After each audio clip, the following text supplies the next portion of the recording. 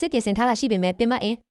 းအားစုထက်အများကြီးပိုအားနေတဲ့အကယ်၍ကျွန်တော်တို့ကလူရိုင်းတမတော်ရဲ့စစ်ဝတ်စုံနဲ့တန်းချက်ကတွေကိုဝတ်ဆင်ပြီးမြောက်ဖက်နဲ့တောင်ဘက်ကနေပတ်သွားရင်သူတို့ရဲ့ပင်မနင်းဆောင်စီတက်တယ်သွားလို့ရမယ်။ကောင်းပြီစစ်တူကြီးဒီကိစ္စကိုကျွန်တော်နဲ့လူဦးစီပဲလွှဲထားလိုက်ပါဘေကင်းကင်းနဲ့တေချာပေါက်ပြန်လာခဲ့ကြ။ငါတို့အောင်မြင်ပြီးဟေ့လူရိုင်းတွေရဲ့နင်းဆောင်ကစောင့်ချက်တာတော်တော်ပို့ရတာပဲသူတို့ငါတို့ကိုမျိုးတဲကနေထွက်ရဲလိမ့်မယ်လို့လုံးဝမထင်ထားကြဘူး။ငါတို့ကသူတို့စခန်းရဲ့အနောက်ဘက်ကနေမြင်းတွေကိုဆွဲထုတ်လာတာဘယ်သူမှတောင်သက်မကြည့်ကြဘူး။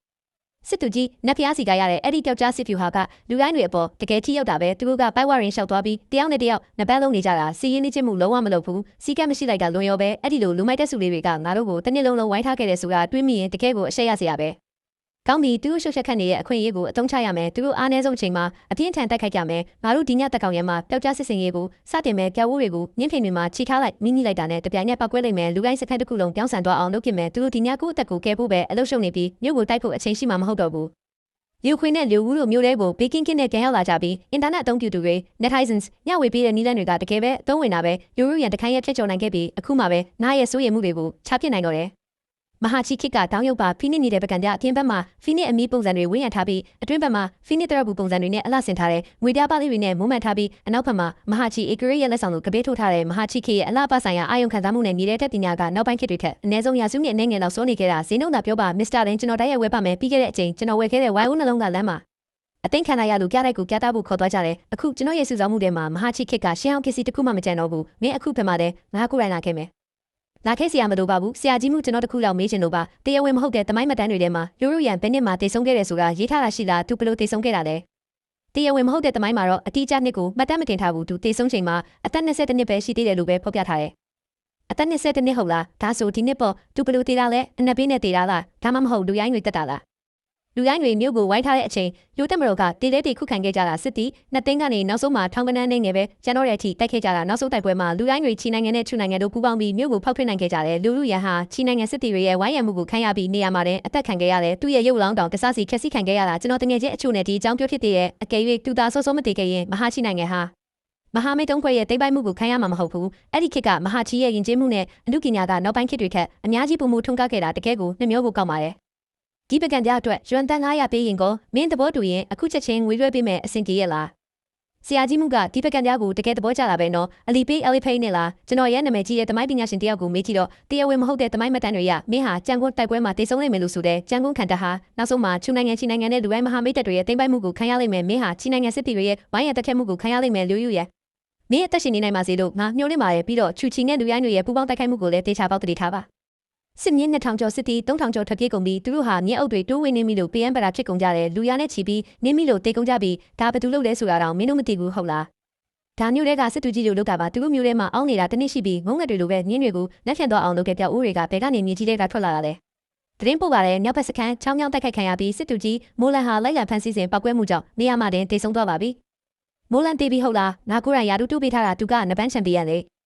သတင်းပို့ပါတယ်တောင်ဘက်စခန်းလဲချောင်းမြောင်းတိုက်ခိုက်ခံရပါတယ်စစ်တဲတွေကိုမိရှုဖြက်စီပြီးညင်းတွေအကုန်လုံးလမ်းဖြန့်ထွက်ပြေးကုန်ပါပြီဒုတိယစစ်တူကြီးအချို့လဲစစ်တဲလိုက်ကကိုလှန်လိုက်တာနဲ့တပြိုင်နက်တူးလေးတွေနဲ့တစ်တက်ခံလိုက်ရပါတယ်တက်မတော်တစ်ခုလုံးတန်ချက်ကဝစ်ပြီးမြောက်ခတ်နဲ့တောင်ဘက်စခန်းတွေကိုတွားရောက်ကူညီက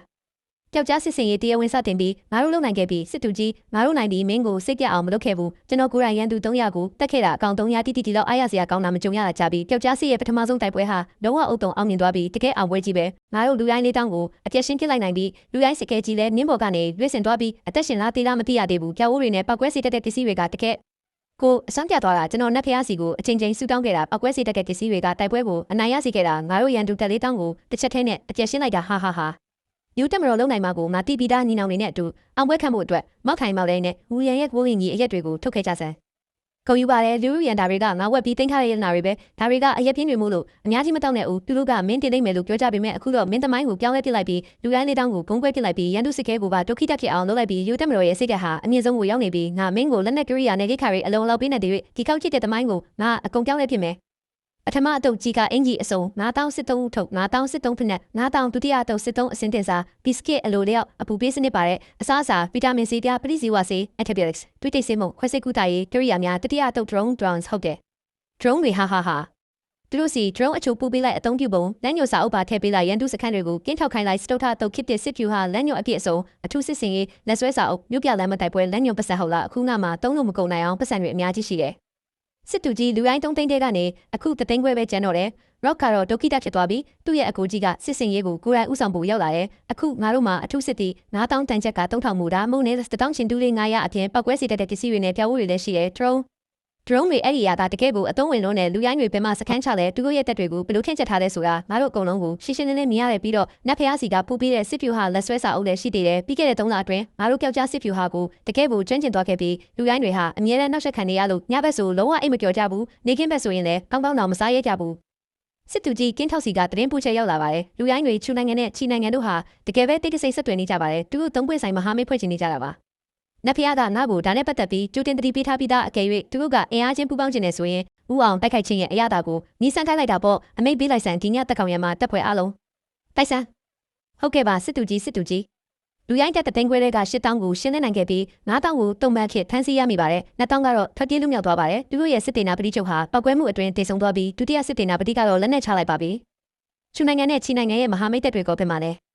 စစ်တူကြီးချူနိုင်ငံနဲ့ချီနိုင်ငံရဲ့တပ်တွေဟာနေဆက်ကိုခက်ကြော်ရုံမရှိသေးတာလူရိုင်းတွေလုံးဝအုပ်တုံချင်းမုန်းခံရပြီဆိုတာကြားတာနဲ့ချက်ချင်းပဲနောက်လှည့်ပြီးထွက်ပြေးသွားကြပါတယ်သူတို့ကြီးတာတော်တော်များများပဲစစ်တူကြီးတို့ကတော့လုံးဝလန်းနေဟိလူတက်မတော်တက်တော်ရှိပါစေငါတို့အသက်ရှင်ပြီးငါတို့တကယ်ပဲအသက်ရှင်ကျန်ရခဲ့ပြီစစ်တူကြီးမမရော့ဒါလေးယူပါကျေးဇူးပါပွဲ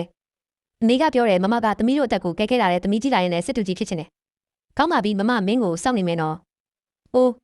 နတ်ဖျားမင်းကျမလူလူရဟာကျမတာဝန်ကိုကျေပွန်ခဲ့ပါပြီကျမတို့ကြံကုန်ခံတက်ကိုကာကွယ်နိုင်ခဲ့ပါပြီလူရိုင်းတွေလည်းတက်ပြတ်သွားပါပြီချူနဲ့ချီကက်တွေလည်းဆုတ်ခွာသွားကြပါပြီဒါရီအားလုံးဟာနတ်ဖျားမင်းသာမရှိရင်ဖြစ်လာနိုင်မှာမဟုတ်ပါဘူးနတ်ဖျားမင်းကကျမကိုအသက်ရှင်နေစေချင်တယ်လို့ပြောခဲ့ဘူးရဲ့နော်အခုကျမအသက်ရှင်ကျန်ရစ်ခဲ့ပါပြီကြံကုန်ခံတက်လည်းဘေးကင်းသွားပါပြီဒီအတွက်ကြောင့်မဟာချီနိုင်ငံရဲ့ကံကြမ္မာလည်းပြောင်းလဲသွားနိုင်ပါတယ်ဒါပေမဲ့ကျမနတ်ဖျားမင်း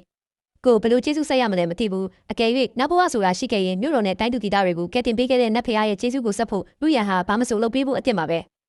ယူရန်မင်းနောက်ဘဝအထိညှော်လင့်နေစရာမလိုပါဘူးဒီဘဝမှာရင်ကောင်းကောင်းမွန်မွန်အသက်ရှင်ပါမင်းကိုယ်တိုင်ရဲ့စစ်တူကြီးဖြစ်အောင်လုပ်ပါမင်းရဲ့မျိုးကိုစောင့်ရှောက်ပါမင်းရဲ့ကီတူတွေကိုကာကွယ်ပါအကယ်၍မင်းမှာအခွင့်အရေးရှိရင်မင်းကိုငါမြင်ခွင့်ပေးပါယူရန်နတ်ဖျားမင်း